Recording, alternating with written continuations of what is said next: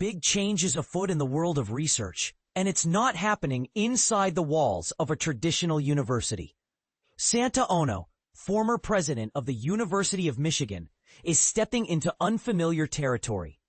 He's traded academia's ivory towers for a leadership role at an ambitious new institute dedicated to tackling humanity's greatest obstacles head-on. But here's where it gets controversial. While Ono departs formal academic administration, his connections, expertise, and vision for scientific advancement are anything but left behind. Ono now helms global operations as president of EIT Global at the Ellison Institute of Technology, EIT, a privately funded research initiative set just outside Oxford, England. Founded by Oracle's chairman and CTO, Larry Ellison, this institute doesn't fit neatly into the academic or philanthropic mold. Instead, it's a hybrid, a for-profit entity that's teaming up with major universities, yet is laser-focused on transforming breakthrough data and research into scalable, sustainable commercial solutions. For context, Ono's research pedigree is impressive, with a background rooted in experimental medicine, particularly vision research and immune system studies related to eye diseases. His leadership has extended far beyond the lab, too. Before his stint at he served as president and vice-chancellor at the University of British Columbia, chaired the U15 group of elite Canadian universities, and led a coalition connecting 23 prominent research institutions worldwide in their battle against climate change. But what really sets EIT apart, and may stir debate in both the nonprofit and academic worlds, is its business structure and ethos. According to reporting by the New York Times, EIT is not a charity, but rather a complicated web of largely for-profit companies. This shift away from grant-based, university-driven models is as bold as it is controversial. Are profit-driven approaches better at solving society's big problems than traditional nonprofit models? Ellison and his team clearly think so. And this is the part most people miss. Innovation in the public good may increasingly come from the private sector's fast-moving, data-driven environment, not just nonprofit endeavors.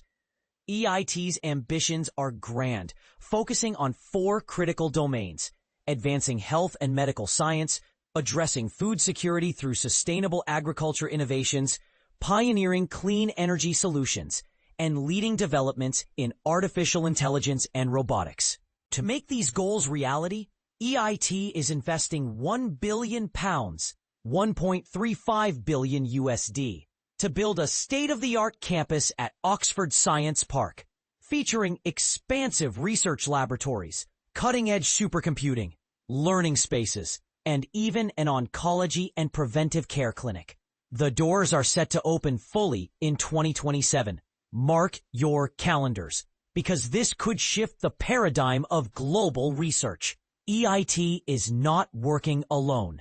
In December, it kicked off a transformative alliance with the University of Oxford, designed to connect Oxford students and faculty with EIT's resident scientists, entrepreneurs, and technologists.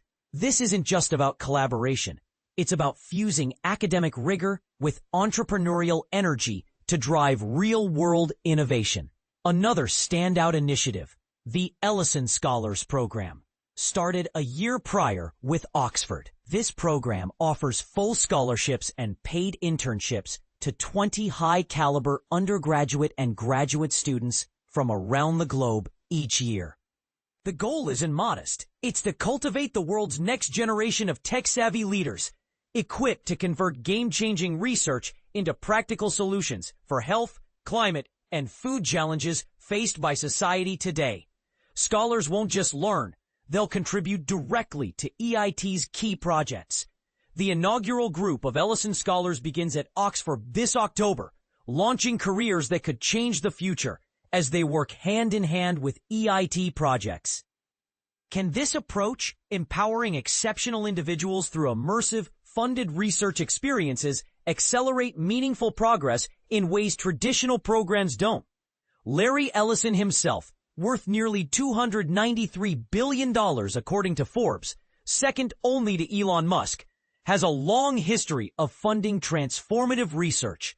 The concept for EIT has predecessors, like his $200 million gift that launched the Lawrence J. Ellison Institute for Transformative Medicine at USC, now a hub for multidisciplinary cancer research. Ellison publicly supports philanthropy, as he's committed to the Giving Pledge alongside Bill Gates and Warren Buffett.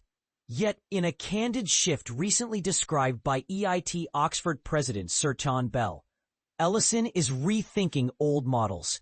In Bell's words, "We're a company and we're trying to build a set of scaled companies addressing big global challenges." Larry rightly said, "The honest truth is the track record of those guys solving the big problems isn't fantastic." Bold words. Is it time to rethink the effectiveness of grants and university funding in sparking real change? Ellison's vision, as shared on social media, is to revolutionize healthcare with new drugs, fight hunger by inventing efficient growing systems, and battle climate change through next-gen clean energy. He's even amended his philanthropic pledge to concentrate resources on EIT, convinced this approach could deliver practical solutions to some of the most persistent problems the world faces. So what do you think? Is the future of global problem-solving in the hands of dynamic, profit-driven research companies? Or should non-profit and university-led models remain at the forefront? Is it wise to mix commerce with scientific mission? This debate is just heating up, and your perspective can help move it forward. Sound off in the comments. Are you excited or skeptical about this new direction in research and philanthropy? Why or why not?